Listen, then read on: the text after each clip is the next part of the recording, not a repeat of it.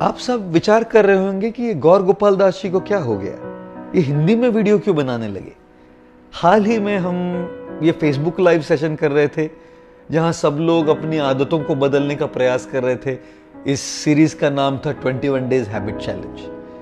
तो कई जो श्रावक थे, श्रोता थे, उन्होंने सुझाव दिया कि आप हिंदी में भी बोलना शुरू कीजिए। और हमारा विचार था कि हमारे सारे भारतीय बंधुओं को और सारे भारतीय बहनों को हमको हिंदी में ये संदेश सुनाना है।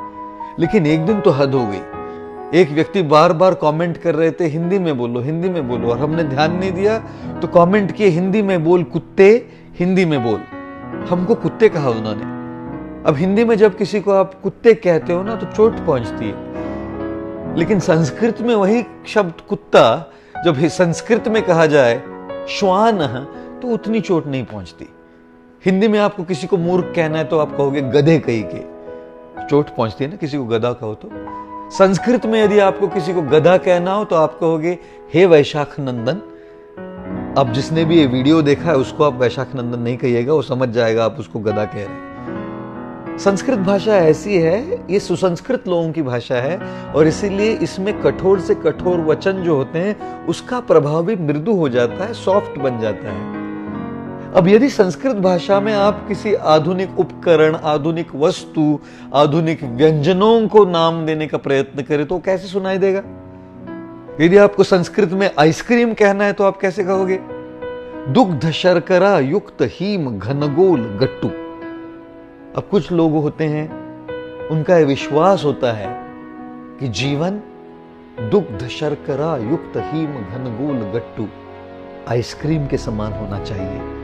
उनके जीवन की फिलॉसफी, उनके जीवन का सिद्धांत है कि जीवन एक आइसक्रीम के समान है। पिघलने से पहले मौज कर लो, पिघलने से पहले मजा कर लो। ये लोग स्वार्थ का जीवन जीते हैं, बस मैं और मेरा। किसी न किसी प्रकार से अपने जीवन में भोग करो, मौज करो, मस्ती करो और खुद सुखी रहो और खुश रहो।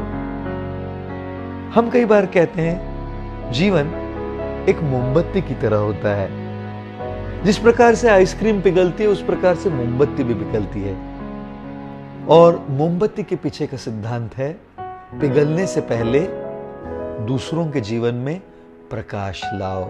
आइसक्रीम भी पिघलती है, मोमबत्ती भी पिघलती है, लेकिन मोमबत्ती पिघलते पिघलते दूसरों के जीवन में प्रकाश लाती है, दूसरों के जीवन का कल्याण करती है। और इसीलिए हमारे जीवन की यात्रा आइसक्रीम से मोमबत्ती तक की यात्रा है। इस संसार में कई मोमबत्तियां हुई है जिन्होंने निस्वार्थ भावना से दूसरों की सेवा की है, जिन्होंने अपनी मौज, अपनी मस्ती, अपना सुख इसका विचार ही नहीं किया है। हम में से कई लोग हैं जो ये मोमबत्ती नहीं बन सकते, किंतु क्योंकि हम मोमबत्ती नहीं बन सकते इसलिए हमको आइसक्रीम नहीं रहना चाहिए। आइसक्रीम से धीरे धीरे मोमबत्ती की ओर प्रगति करनी चाहिए।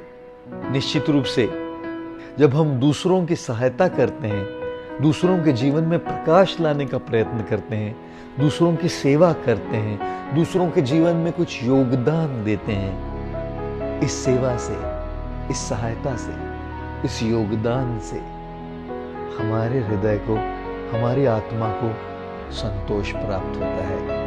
यदि जीवन में सच्चा संतोष पाना चाहते हो, यदि जीवन में सच्चे सुख का अनुभव करना चाहते हो तो भले छोटी मात्रा में क्यों ना हो, लेकिन निस्वार्थ सेवा करने का प्रयत्न कीजिए। और इसीलिए हम कई बार कहते हैं यदि वास्तव में आपको योगी बनना हो तो सर्वप्रथम किसी के लिए उपयोगी बनो। धन्यवाद।